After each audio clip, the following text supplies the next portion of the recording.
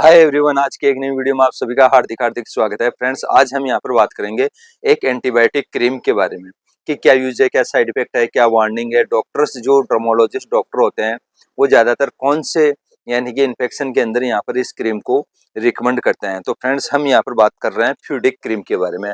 आप बहुत ही अच्छी तरह भली बात इस क्रीम को जानते होंगे क्योंकि ये हर कोई मेडिकल स्टोर के ऊपर बड़ी आसानी से मिल जाती है।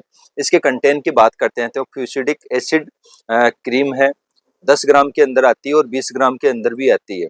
लोकल एरिया के हिसाब से अगर आप देखते हैं तो सिप्ला, रेनबेक्सी, वोकार्ड, डॉक्टर रेडी, फाइजर, लीपोड, रेनबेक्सी, कुछ मोनोपोली कंपनियों की भी आपको बाजार के अंदर मिल जाएगी। लेकिन जो सबसे अच्छी कंपनी की है वो है H&H फार्मास्यूटिकल्स लिमिटेड कंपनी की है। फुल फॉर्म की अगर हम यहाँ पर बात करते हैं तो Hegde and Hegde pharmaceuticals limited company की ये आती है। ठीक है, इसके एमआरपी की अगर हम यहाँ पर बात करते हैं तो 112 रुपये 10 ग्राम के अंदर आती है। बहुत अच्छी है, बहुत ही शानदार है।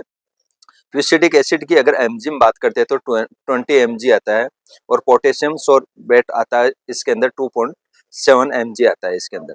अब हम यहाँ पर इस क्रीम की अगर यहाँ पर बात करते हैं कि जो डर्मोलॉजिस्ट डॉक्टर होते हैं या कोई फिजिशियन डॉक्टर है वो कौन सी कंडीशन के अंदर आपको यहाँ पर ये क्रीम प्रिस्क्राइब करेंगे। इस क्रीम का जो बेनिफिट्स है वो किन किन कंडीशन के अंदर है।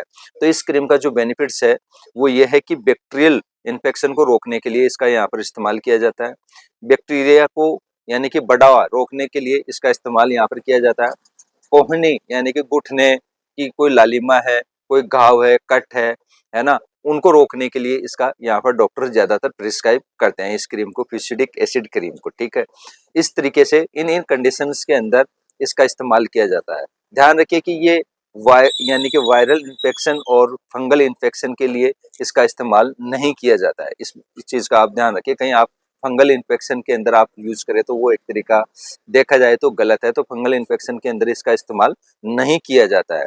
दूसरी चीज, अगर किसी सर या मैम के रेशे की अगर कोई शिकायत है तो इसके अंदर भी यहाँ पर डॉक्टर्स इस क्रीम को यहाँ पर प्रिस्क्राइब करते हैं। रेशे की प्रॉब्लम हो जाती है ना, चलते फिरते यानी कि पसीने की वजह से रेशे की प्रॉब्लम होती है तो उसके अंदर भी डॉक्टर्स इसको इस्तेमाल करते हैं। अब बात करते हैं कि इसको ज्यादातर लंबे समय तक यूज ना करें।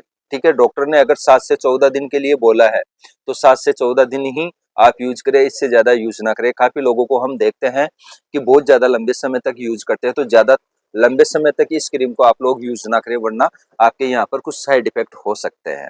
तो डॉक्टर ने जितने दिन के लिए कहा है उतने दिन ही यूज करें। अगर फायदा नहीं आता है तो तुरंत आप अपने नजदीकी डॉक्टर से तुरंत ही आप सलाह मशवरा करें। अब बात करते हैं कि इसका लगाने का जो तरीका है वो क्या है। इसका जो लगाने का तरीका है, जिस पर्टिकुलर एरिया में आपको लगाना है तो वहां पर बिल्कुल अच्छी तरह से गुनगुने पानी से या नॉर्मल पानी से मौसम के अकॉर्डिंग आप साफ करके अच्छे साफ कपड़े से पोंछ के फिर बाद में हल्की सी एक लेयर बना लें और सुबह शाम लगाएं।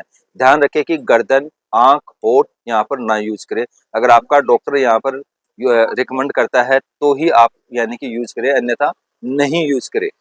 ठीक है, तो इस तरीके से आप फ्यूसिडिक एसिड क्रीम को आप इस्तेमाल कर सकते हैं। अगर आपका डॉक्टर रिकमेंड करे तो ही आप यूज करना, क्योंकि वो डॉक्टर आपकी पेशेंट की स्थिति देख के फिर बाद में आपको यहाँ पर रिकमेंड करेगा। अब इसकी यूज करने से पहले टेस्ट करने की जो विधि है कि आपके मान लो कि कोई साइड इफेक्ट ना करे, तो थोड़ी सी क्रीम लेके और कान के पीछे कम से कम आधा घंटा 1 घंटा आप लगा के देखिए। अगर जिस पर्टिकुलर एरिया पे आपने लगाया है वहां पर अगर मान लो कि रेडनेस हो रही है, खुजली हो रही है, स्वेलिंग आ रही है तो आप ना लगाएं। अगर कुछ नहीं होता है तो आप लगा सकते हैं।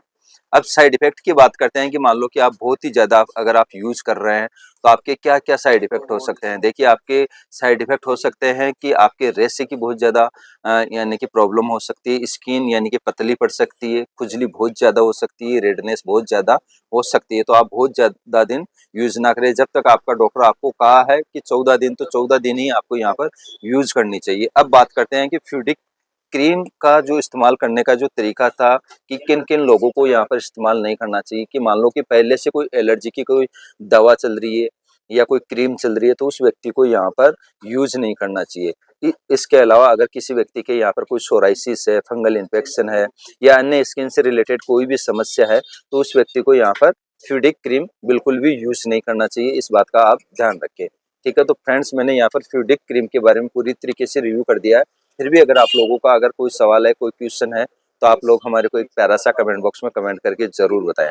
अब बात करते हैं कि आप यहाँ पर बैक्टीरियल इन्फेक्शन से आप कैसे परमानेंट निजात पा सकते हैं। देखिए फ्रेंड्स, फ्यूडिक क्रीम तो आपको यूज करना ही है, इसके साथ साथ कुछ परहेज भी करने होते हैं, ठीक है। कभी भी आप गंदे कपड़े ना पहने, कभी भी एक दूसरे का तौलिया या कोई कपड़े एक दूसरे के यूज ना करें, दूसरे की बेडशीट या चादर वगैरह कुछ भी यूज ना करें। इस बात का आप ध्यान रखिए अगर आपके यहाँ पर बैक्टीरियल इन्फेक्शन हो रखा है तो, ठीक है। इन सब के अलावा छोटी छोटी चीजें आप अपने अंदर भी क्रिएट करें। अगर आप बाहर का खाना बहुत ज्यादा खाते हैं तो उसको अवॉइड करें। तेज मिर्च मसाले खा रहे हैं तो उस चीज को आप अवॉइड करें।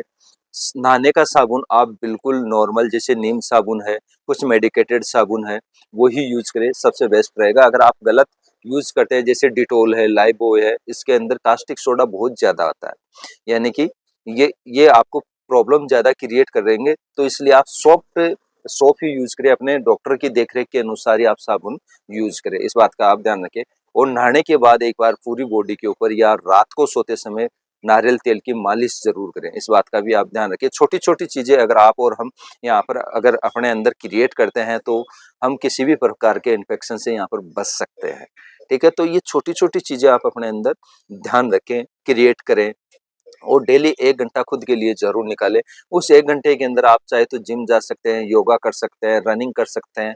अगर कुछ भी नहीं हो रहा है आप लोगों से तो वॉक जरूर करिए आप, वॉक सबसे बेस्ट है, ठीक है। तो ये जो छोटी छोटी चीजें हैं अगर आप अपने अंदर क्रिएट करते हैं तो आप हमेशा के लिए हेल्दी, स्वस्थ, मस्त और फिट रहोगे, आप कभी भी यहाँ पर बीमार नहीं पड़ोगे। तो ये छोटी छोटी चीजें आप क्रिएट करते रहे और एक दूसरे को भी कहते रहे कि आप हमेशा एक्टिव रहने के लिए ये चीजें जरूर अपने हैबिट्स में जरूर डालें। तो ये था फ्यूडिक क्रीम के बारे में मैंने यहाँ पर बताया है। तो खाने पीने का भी आप विशेष तौर पर ध्यान रखिए, परहेज जरूर करें, टाइम से लंच करें, ठीक है, टाइम से ब्रेकफास्ट करें। जो ब्रेकफास्ट करने का जो टाइम है वो 7 से 9 बजे का है, इसके आसपास आप ब्रेकफास्ट कर लें। लंच का टाइम आप सभी को ध्यान होता है कि 1 से 3 के आसपास होता है, तो आप कभी भी कर सकते हैं। कोशिश करें कि 1 बजे ही कर ले तो बेस्ट रहेगा। और डिनर आप जब भी करते हैं तो डिनर का जो टाइम है सूर्यास्त से पहले हो जाए तो बेस्ट है, नहीं आप सोने के 2 घंटे पहले जरूर करें। काफी लोगों को हम देखते हैं कि जैसे डिनर किया वैसे सो जाते हैं, वो हैबिट्स गलत है। रात को डिनर के बाद कभी भी ना सोए ना लेटें, कम से कम 1000 कदम जरूर चले, ये साइंस कहती है, मैं नहीं कह रहा हूँ। इस बात का भी आप ध्यान रखें। तो कम से कम एक बार 1 महीना आप करके देखिए, रात का खाना खाते ही तुरंत आप कम से कम 1000 कदम टहले, घूमे फिरे आसपास, है ना। और फिर बाद में सोए। खाना खाने के यानी कि डिनर के 2 घंटे बाद आप सोते हो ना, तो सुबह यानी कि आप एनर्जी के साथ उठोगे यहाँ पर। और रात को सोते समय दूध जरूर पिए 1 गिलास, ये हैबिट डाल ले अपने अंदर की दूध पीने की, ठीक है।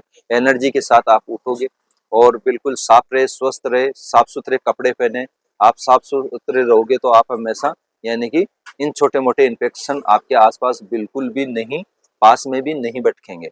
तो फ्रेंड्स, ये वीडियो अगर आपको बहुत अच्छा लगा है तो आप एक प्यारा सा कमेंट बॉक्स में कमेंट जरूर करें और अपने फ्रेंड्स में, अपने रिलेशन में, अपने व्हाट्सएप ग्रुप के अंदर इस वीडियो को आप ज़्यादा से ज़्यादा शेयर जरूर करें, ताकि लोगों को इस वीडियो के द्वारा थोड़ा सा फायदा मिले, बेनिफिट हो। तो फ्रेंड्स, आज के लिए इतना ही, मिलते हैं नेक्स्ट वीडियो में, तब तक के लिए बाय बाय, जय हिंद, जय भारत, वंदे मातरम।